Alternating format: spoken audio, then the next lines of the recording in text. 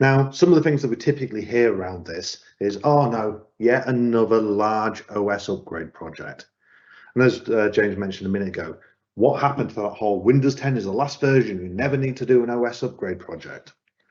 One thing I will say is this is not to be thought of as the big 7 to 10 migration, or even for those as old as me, XP or 98 to XP, XP to Windows 7 and so forth. It should not be tackled as a mammoth big project.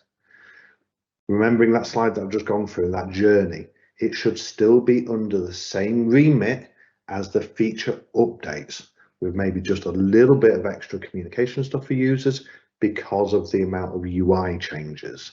But all the things that you hopefully are doing already with the evergreen lifecycle drive forward with your Windows 11. I'll just show you some more stuff as we go through. And for those organizations that are going, well, actually, we like Windows 10, we're happy with it, I don't want the complexity of start bars being realigned at the bottom or fancy file explorer tabs and so on, we'll stay on Windows 10, it's great. Please don't. You have, at the moment, a definitive deadline. Unless Microsoft do come up with a new announcement about Windows 10 23H2, you have until mid-2025. Don't leave it to the last moment. It's no good thinking, oh, right, great, it's now January 2025, we've got 4 or 5 months. That won't be enough for you to do your planning exercise and all the rest of it, because you'll go into panic mode. Start your plannings now. It's also key to mention that a lot of manufacturers will soon start shipping devices with Windows 11 as default, and then you'll probably find it just comes into your environment without any control. So start now thinking about it.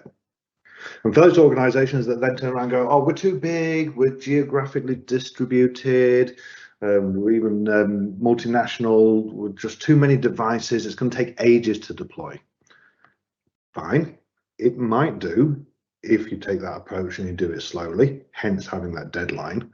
But there are customers out there where we're seeing case studies now where even with 10,000 plus devices, it only takes about 4 months for them to get this deployed.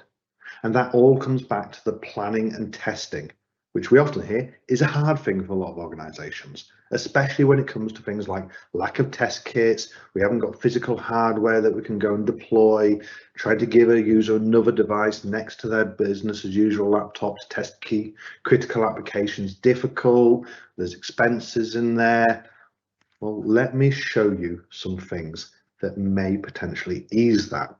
And that's all about the approach and some of the tools that we have at our disposal to make this a lot easier for yourself.